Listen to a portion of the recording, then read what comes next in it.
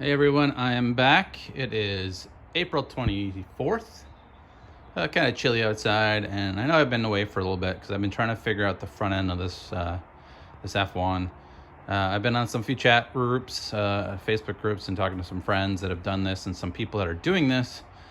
And it seems like one thing I totally forgot about was there's a measurement on the F1 that goes from the center of this wheel well, where I have the tape measure, to the back of the cab, to there, is just under 74 inches. It's like 73 and 9.93 or 9275, whatever.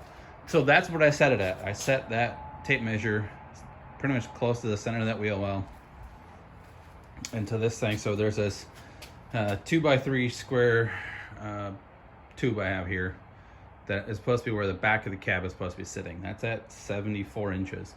So you see I got about a 3/4 of an inch or so gap back there. But when I do that, what that does up here is makes this gap, I have this gap from the front of this firewall here to the edge of my cowl. That's 4 inches wide. That's a 4-inch gap right there.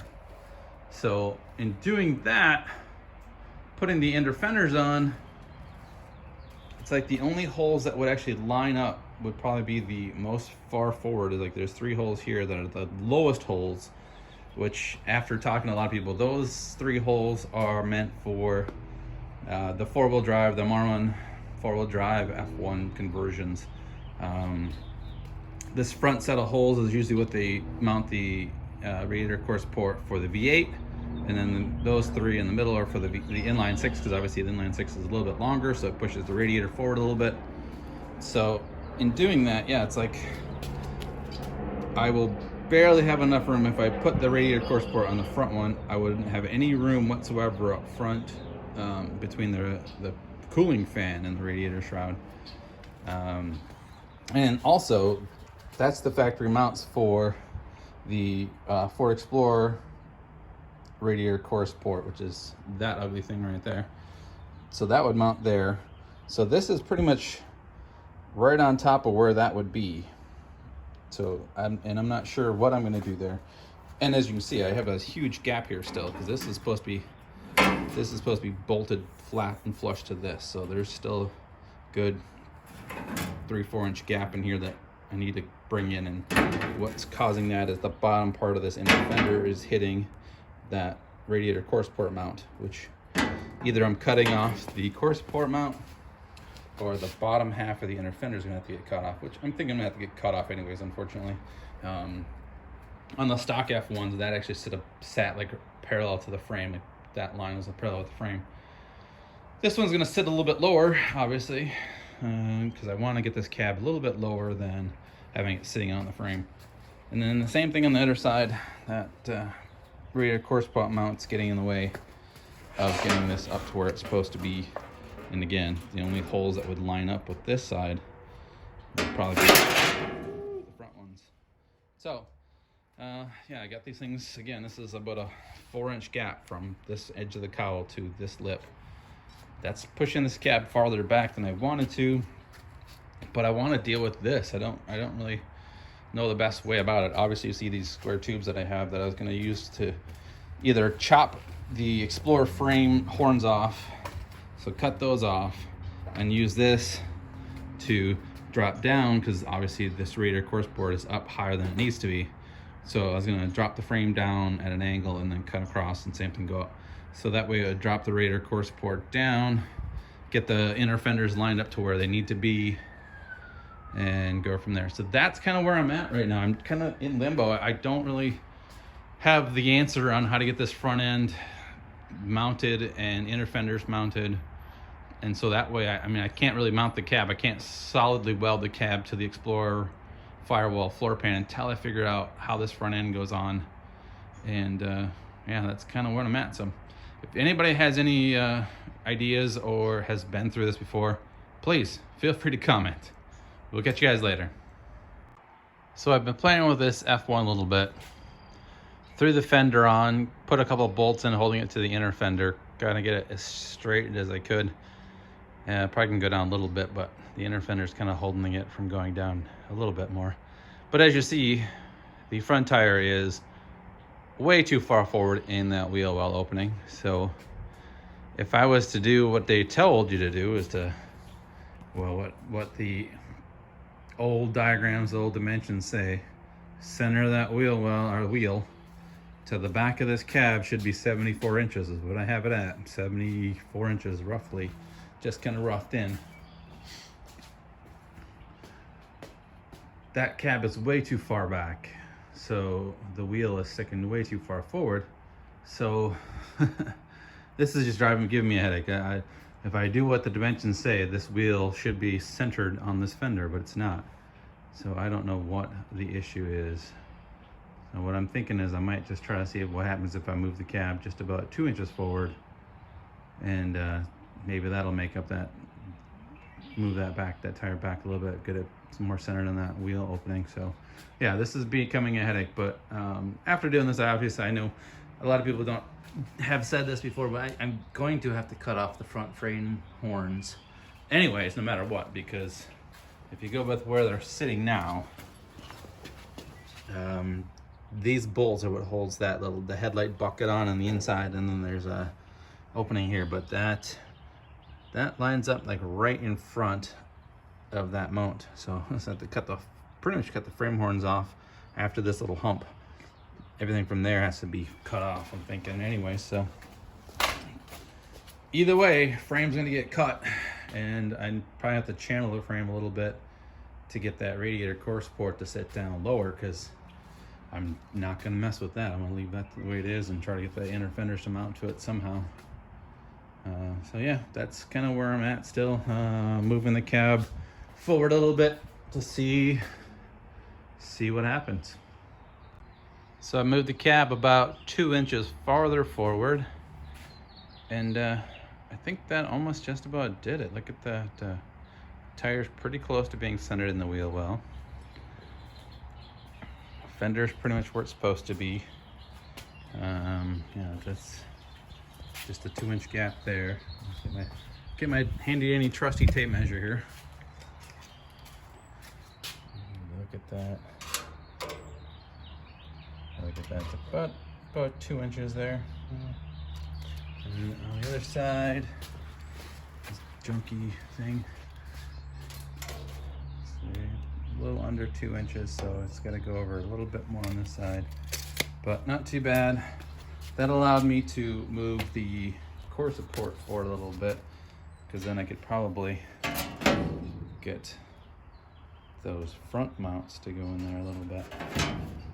So that's kind of what I was planning. It'd be awesome if I can get those front, or not the front, I guess I should say the middle mounts, these ones, those holes to mount up in here. That's kind of what I'm hoping I can do. Let's get those ones in there. That'll give me a lot of room up here. The only unfortunate part is that's right where that old mount is. So that guy, yeah, I'm thinking those are going to get cut off, which kind of sucks, but that all depends on if I'm going to use this radiator core support and put an aftermarket radiator in here, or use the Ford Explorer radiator core mount and use the radiator from the Explorer. But the radiator from the Explorer is kind of crappy. It's been around for 100 and some thousand miles. The only good thing about that is it's got all the lineup for like the transmission cooler lines going into it and all that stuff. That's all set, so I don't have to redo those if I kept that radiator. But you know, there's a lot of things I have to get redone in this truck. So, and again, obviously those frame horns are getting cut off, but this looks a lot better. I'm gonna tweak it a little bit more, try to get it as square as possible in the frame, get it leveled as possible on the chassis, and go from there. So I think I've come to a conclusion on what needs to be done. I think I'm gonna leave the cab at that 2 inches back from that main like firewall part. And what I'm gonna need to do is definitely gonna cut these front horns off of the frame.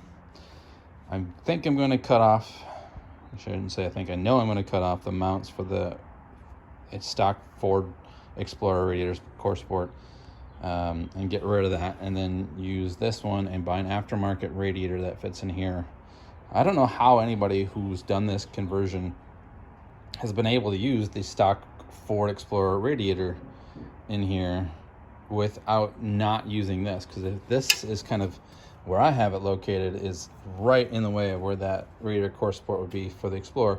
So if you push this thing forward on the frame, you'd be hitting right where the air conditioning and all that stuff would be as well.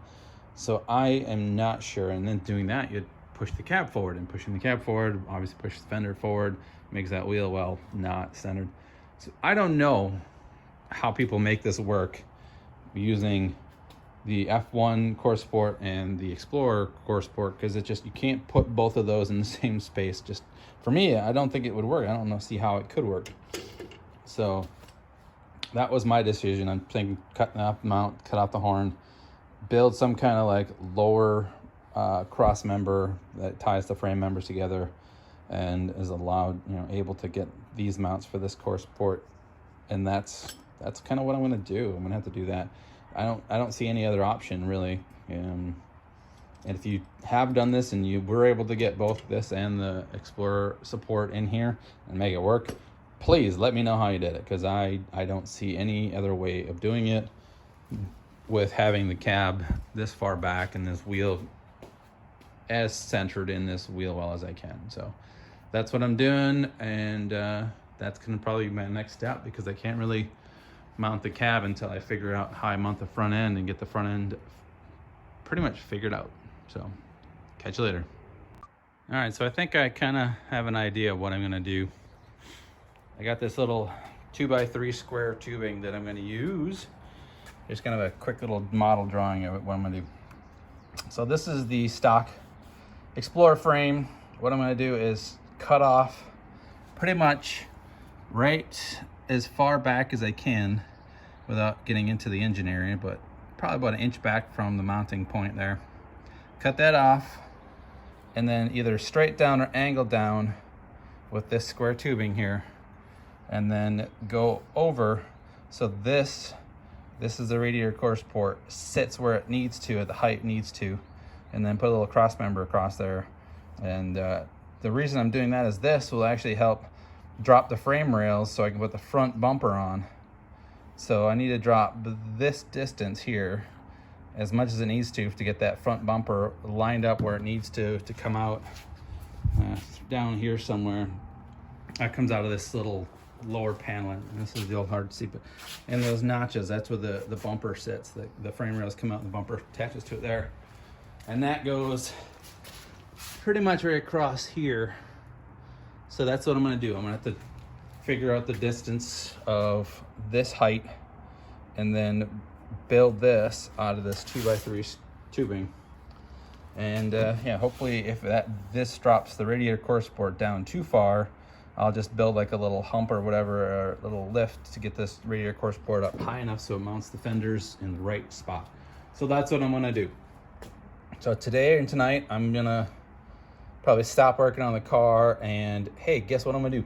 I'm gonna work on my welding skills. I'm gonna grab the welder, grab my scrap metal, all this pile of garbage over here, and just to start practice welding, because that's, it's about 11 gauge thickness, which is what that 2x3 square tubing is. That's 11 gauge. So I'm just gonna sit down and practice my welding before I do some cutting. Once I get my welding done, and then I can figure out how much of that I need to do for my dimensions for that height, so I can get the stock F1 bumper lined up where it needs to. Because even with the way things are, those front frame horns on the Explorer have to get cut off anyways, and then I gotta figure out another way to mount the bumper. So this seems like the best option. That way I can mount the bumper and the radiator core support at the same time. Another thing, what I'm gonna do is, since this is 2x3, the frame rails are on the Explorer are about 4 inches in depth and about 2.5 inches wide. So I'm gonna actually make a little pocket out of the Explorer for a frame for this to slide up in. That way I can still have a lot more metal of the frame to weld the new frame to. So, and then that'll also bring the frame rails in a little bit so it lines up more with the core support. So that's kind of what I'm doing. That's what I'm gonna plan on doing. And like I said, yeah, just gonna work on welding skills first before I get too crazy with this, and that's that's how I'm gonna be probably this weekend. I probably won't cut the frame horns off until later next week. So enough of me. I will talk to you guys later. Have a good one.